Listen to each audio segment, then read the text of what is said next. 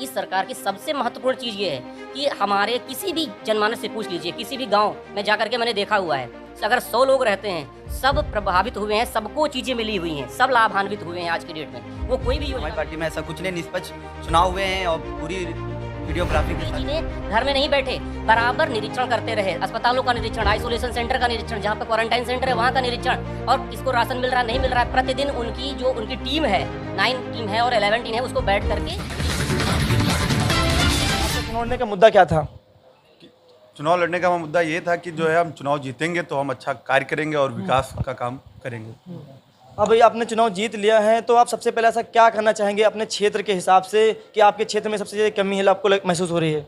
हमारे क्षेत्र में सबसे ज़्यादा रोडें खराब हैं, जो गांव की किनारे की साइड की जो है वो रोडें हम अच्छी बनवाएंगे और उनका जो है कार्य अच्छे से करेंगे। तो सर अब ये जो चुनाव जो अभी आपने जिला पंचायत अध्यक्ष का चुनाव देखा और ये ब्लॉक प्रमुख का देखा, लगातार मतलब आपकी पार्टी लगातार ये चुनाव कैसे जीत रही, मतलब क्या जनता को उस पर विश्वास लगातार हो रहा है? जी क्यों नहीं, क्योंकि हमारी सरकार जो है वो इतनी अच्छी अच्छी योजनाएं चला रही है जो लोगों के पास पहुंच रही है। जिला पंचायत का चुनाव, अध्यक्ष का चुनाव जीती हमारी पार्टी और ब्लॉक प्रमुख का भी पूर्ण बहुमत से, और 22 में भी पूर्ण बहुमत से हमारी सरकार बनेगी। सर लेकिन लोग लगातार आप लोगों वो लगा रहे हैं कि जो सत्ताधारी सरकार है सत्ता का दुरुपयोग कर रही है, कहीं पर गोलाबारी हो रही है, कहीं पर वो हो रहा है, ये सब चीज़ें लगातार घटनाएं सामने आ रही हैं। ये हमारी ऐसा कुछ नहीं, और ये हमारी पार्टी की तरफ से नहीं, ये सिर्फ जो है गुंडागर्दी जो है समाजवादी पार्टी की तरफ से हो रही है। हमारी पार्टी में ऐसा कुछ नहीं, निष्पक्ष चुनाव हुए हैं और पूरी वीडियोग्राफी के साथ चुनाव कराए गए हैं। जी अभी आपने आप देखा होगा जो अभी एक वहाँ गोरखपुर की दुर्घटना घटी थी और महिलाओं के साथ अत्याचार हुआ है, और ये सब चीज़ें क्यों आ रही हैं, किसने करवा रहे हो आपके हिसाब से, कौन लग रहा है आपके हिसाब से? ये तो समाजवादी पार्टी करवा रही है और ये जो है हमारी सरकार को बदनाम करने की जो है साजिश हो रही है। सर अब 2022 की तैयारी कैसी चल रही है आप लोगों की? 22 की तैयारी अच्छी चल रही है और पूर्ण बहुमत से हमारी सरकार बनेगी। सर अभी आपने देखा होगा पश्चिम बंगाल का चुनाव हुआ और वो चुनाव हुआ, पश्चिम बंगाल का लोग चुनाव हार गए। अब उत्तर प्रदेश का जो सबसे बड़ा राज्य है, उत्तर प्रदेश में आप कैसे मतलब जाएंगे, आप लोग कैसे किस आधार पर जाएंगे, लोगों से बातचीत करेंगे कि अब हमारा चुनाव आ रहा है, हमको लोगों को जिताना चाहिए? हम विकास के मुद्दे पे बात कर रहे हैं और हमारी सरकार ने बहुत विकास किया है, योजनाएं के चलाई है। पिछले जो है कोरोना से लेके लगातार जो है राशन फ्री, जो लोग गरीब लोग हैं उनको फ्री में राशन दे रही है हमारी सरकार, और बराबर जो है उज्ज्वल योजना चला रही है। बहुत सी योजनाएं चल रही हैं सरकार की तरफ से जो गरीब लोगों को बहुत मदद मिल रही है। कह रहे हैं सर ये जो राशन मिल रहा है और ये राशन मिल रहा है, राशन से लोगों को भला नहीं हो रहा, उनको कहना चाहिए जो महंगाई का मुद्दा है, मेन महंगा मुद्दा ही है। सर महंगाई कैसे कम होगी आपके हिसाब से? महंगाई कम, सर जो महंगाई बढ़ रही है, इतनी महंगाई हो रही है, महंगाई सर आप बता दीजिए सर महंगाई कैसे कम होगी आपके हिसाब से? महंगाई जो बढ़ रही है वो कोई पहली बार नहीं है, ये जब कभी उत्पादन कम होगा, मांग ज़्यादा होगी तो महंगाई उस चीज़ की हो जाएगी। उसी चीज़ का उत्पादन जब ज़्यादा हो जाएगा तो डिमांड जब कम हो जाती है तो महंगाई कम हो जाती है। तो ये तो चलता रहता है नीचे ऊपर, और महंगाई केवल ये एक प्रोपेगेंडा बनाया जा रहा है, ये कोई पहली बार नहीं हुआ है कि इतना महंगाई का करके लोगों को, सरकार को बदनाम करने का ये तरीका ये किया जा रहा है विपक्ष के द्वारा। कह रहे हैं सर जो पेट्रोल डीजल का जो सिस्टम है, सबसे ज़्यादा लोग इस पर प्रभाव हो रहे हैं कि अगर पेट्रोल डीजल अगर हमारे उत्तर प्रदेश में बढ़ेगा, हमारे भारत में बढ़ेगा तो महंगाई ये सब पर आम जनता भी भारी पड़ती है। ये सरकार जो है प्रभावी नीतियां लागू कर रही है, और पुरानी सरकार की जो गलत उनकी अर्थव्यवस्था थी, जो नीतियां थी, उसकी वजह से ये आज जो है पेट्रोल के दाम, डीजल के दाम ऊपर जा रहे हैं। जो उन्होंने उस समय पर जो व्यवस्थाएं लागू करी, बहुत सारा लोन ले लिया, उसकी वजह से आज ये हो रहा है। लेकिन फिर भी सरकार उस पर प्रभावी कदम टाइम पर उठा रही है, उसके लिए पूरी तरीके से प्रयासरत है, कोशिश कर रही है कि जनता के लिए जनहित की सारी योजनाएं लागू की जाएं और वो ग्राउंड तक पहुँचें। सर विपक्ष लगातार आप लोगों पर सवाल उठाता है कि कोरोना काल में आप लोगों ने सही से पालन नहीं किया है, जिससे इतनी मौतें हुई हैं।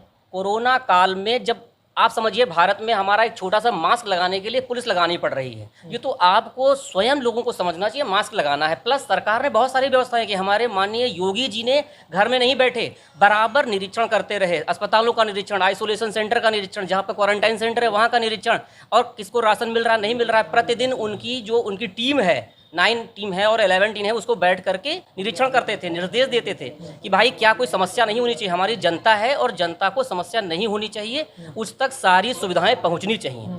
सर लेकिन सबसे चीज़ एक बड़ी सी सबसे सामने ये आ रही थी कि जब लोगों की जो मौतें हो रही थी, जो ऑक्सीजन को लेकर सबसे समस्या आई थी।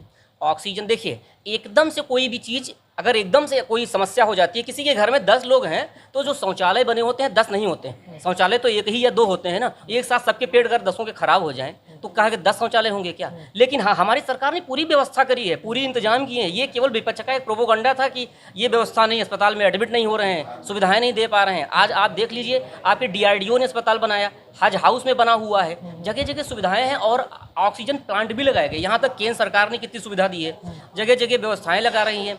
ऑक्सीजन प्लांट लगाए गए, ऑक्सीजन सिलेंडर की व्यवस्था की और कंसंट्रेटर की व्यवस्था की, जिससे ऑक्सीजन भी आ जाए। तो सारी व्यवस्थाएं एक एक धीरे धीरे की गई हैं। आज देख लीजिए, अगर आप देखेंगे, आप उत्तर प्रदेश की स्थिति अन्य प्रदेश की स्थिति में सबसे 100 गुना अच्छी है। आज कहाँ से कहाँ हम पहुँच गए हैं, जो 6000 केस निकल रहे थे पहले, आज 100 केस आ गए हैं। ये सिर्फ योगी सरकार की एक महत्वपूर्ण नीतियां हैं जो ट्रीटमेंट और ट्रैक कर रही है, इसकी वजह से। सर आखिरी सवाल है, 2022 में क्या होने वाला है? 2022 में हम पूर्ण बहुमत की सरकार बनाएंगे, क्योंकि केंद्र में माननीय मोदी जी और स्टेट में आपके माननीय योगी जी की जो जन कल्याणकारी नीतियां हैं, वो चाहे भाई साहब बता रहे हैं हमारे नव निर्वाचित ब्लॉक प्रमुख जी कि जो भी आप गैस देख लीजिए, बिजली देख लीजिए, किसान के खाते में 2000 रुपया पूरा जा रहा है, बीच में कोई भ्रष्टाचार नहीं है, 0 टॉलरेंस है, कहीं भ्रष्टाचार के लिए कोई जगह नहीं रखी है।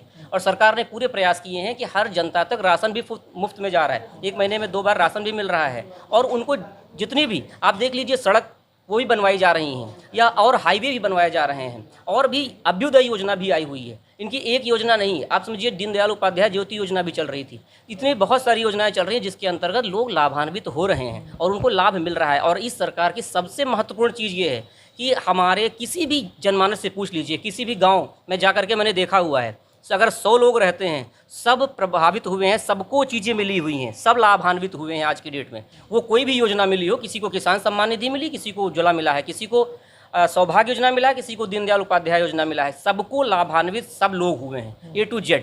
और इसमें कोई भेदभाव नहीं किया गया है, कोई नीचे ऊपर धर्म जाति का भी भेदभाव नहीं किया गया। सब तक योजनाएं पहुंचाने का सरकार ने हर संभव प्रयास किया है और शासन के ऊपर भी कड़ी नज़र रखी है कि इसकी निगरानी समय समय पर होती रहे, कि चीज़ें ग्राउंड पर पहुंचनी चाहिए, केवल जमीन जो आप सत्ता में हैं सर, आपसे सवाल होता है कि जो ये महिलाओं के साथ जो अत्याचार हुआ, अभी जो ब्लॉक प्रमुख के चुनाव में, जिला पंचायत अध्यक्ष के चुनाव में हुआ है, सर आप सत्ता में हैं, सर सवाल तो आप ही से होता है।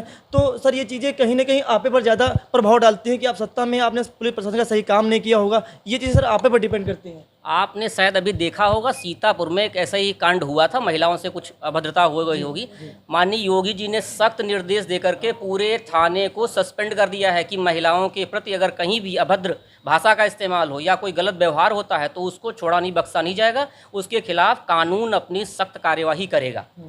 कहीं पर भी योगी जी ने ऐसा नहीं कहा है कि कोई गलत काम करो जा करके, और उस पर तुरंत एक्शन ले रहे हैं और ऐसा प्रैक्टिकल देखने को भी मिल रहा है। जो भी चीज़ें संज्ञान में पहुंच रही हैं, प्रशासन सख्ती के साथ उनके साथ निपटता है और न्याय करता है, सिर्फ न्याय करता है। सर विपक्ष सवाल उठाता है कि बेटी बचाओ बेटी पढ़ाओ का आप लोगों ने नारा लिया है, क्या बेटी सुरक्षित है अपने उत्तर प्रदेश में? उत्तर प्रदेश सरकार ने ही ऐसी योजना लागू की है। जो पहले बेटी होती थी किसी घर में तो दुखी हो जाता था, अब सुकन्या सुमंगला योजना शुरू करी है, जब बेटी होने पे उसको पैसे मिलते हैं। सुकन्या समृद्धि योजना मानी आपके प्रधानमंत्री जी ने शुरू करी हुई है। इस प्रकार की बहुत सारी योजनाएं हैं। बेटी की शादी के अनुदान की व्यवस्था करी है। आप देखिए ब्लॉक पे शादियां होती हैं, अभी हमारे ब्लॉक प्रमुख जी निर्वाचित हुए हैं, अभी देखिएगा शादी होती हैं, उसमें भी सरकार पूरी तरीके से सहयोग करती है। और आप देख लीजिए महिला थाने भी बने हैं और उसमें महिलाओं के लिए स्पेशल केबिन भी बनाया गया है, यहाँ तक कि पिंक बूथ भी बनाए गए हैं सिर्फ महिलाओं की उनके ऊपर बढ़ाने के लिए। आप मोदी जी को देख लीजिए कि गैस सिलेंडर भी दे रहे हैं तो महिलाओं के नाम दे रहे हैं, उनको भी